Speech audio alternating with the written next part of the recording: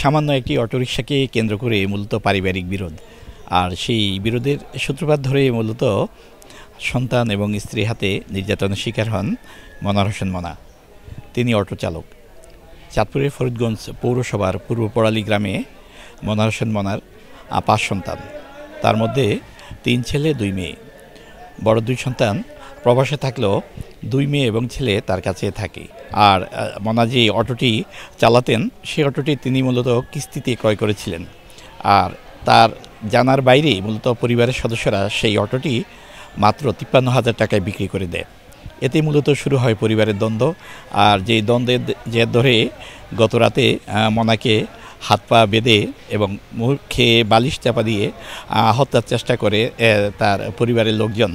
তবে সৌভাগ্যক্রমে তিনি বেঁচে যান, কারণ আশপাশের লোকজন এর মধ্যে ঘটনা জেনে যায় এবং তারা পুলিশকে খবর দেয়। পুলিশ গিয়ে ঘটনাস্থল থেকে মনাকে উদ্ধার করে। আমি গাড়ি দিয়েছি, আমার গাড়িটা বেশি আজকে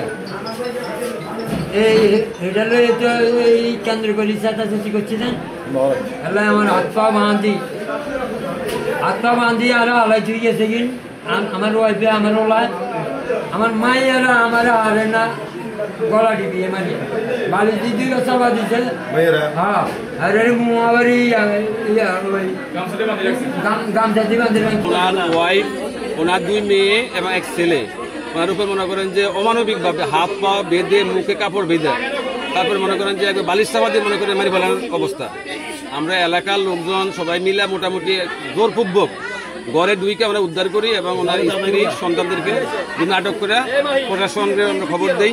কিস্তিতে অটো গাড়িটা ক্রয় করার পরে তাকে অজ্ঞাত সারে তার স্ত্রী এবং তার ছেলে এবং মেয়েরা এই গাড়িটা 53,000 টাকায় বিক্রি করে দেয়। এই বিক্রি করাকে কেন্দ্র করে তাদের মধ্যে পারিবারিক অশান্তি শুরু হয়। তার পরিপ্রেক্ষিতে এই ঘটনা সূত্রপাত। সামাজিক যোগাযোগ মাধ্যমে ভাইরাল হওয়ার পর বৃদ্ধ এক বয়স্ক মানুষকে আমরা উদ্ধার করি। তার সেই ঘটনায় জড়িত থাকায় 4 জনকে আটক করি। মূলত তার স্ত্রী, 2 মেয়ে এবং ছেলে জড়িত থাকায় তাদেরকে আমরা আটক করি। তাদেরকে দ্রুত আদালতের মাধ্যমে জেল হাজতে প্রেরণ করা হবে। আর এই ঘটনায় যারা জড়িত তাদেরকে এর মধ্যে পুলিশ আটক করেছে।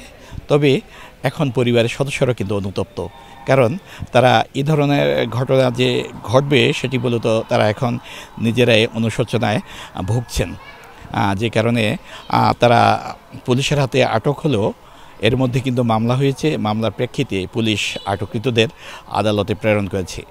চাঁদপুরের ফরিদগঞ্জ থেকে ফারুক আহমদ, সময় সংবাদ।